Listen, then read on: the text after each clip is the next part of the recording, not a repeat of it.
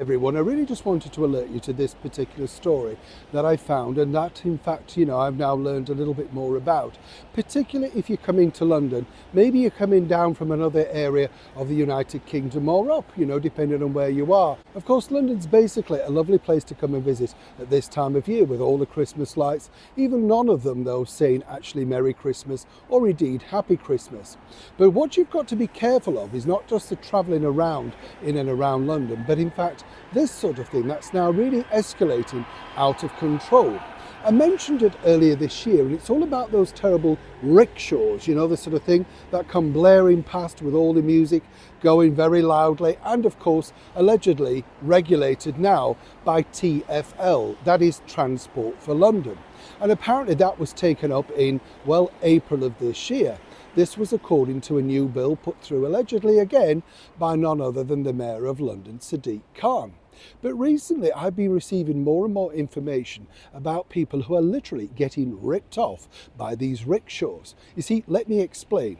As we all know, unlike you and I, many people now don't carry cash. They simply do it with their credit card, and that's fine. It's for young people, it's kind of fun, and also a little bit safer if you're out and about in a very busy area, like in London. But on two instances, and this is where it's fascinating, I've had reports of people being literally ripped off by thousands of pounds. Quoted one rate, say £10 from a very short 10-minute ride, and then finding out after the event that their credit card has been charged literally hundreds of pounds. What they do, of course, maybe you've had a couple of drinks, maybe a Christmas party, you've had a lot of fun, and they don't necessarily bank on you looking at literally your card. You must. And also I would suggest taking a picture of the rickshaw driver, the number on the back of the rickshaw, and more importantly the final receipt. This is because these two individuals, including one from an esteemed editor of a national newspaper, had a very similar situation in their family.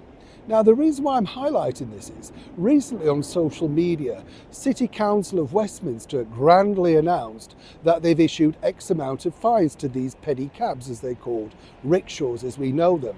Now, when I questioned exactly how many of these fines have now been paid, they couldn't give me a number, they couldn't give me a quote, nobody seemingly knew.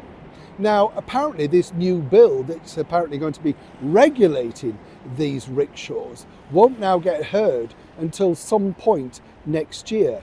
What's taking so long?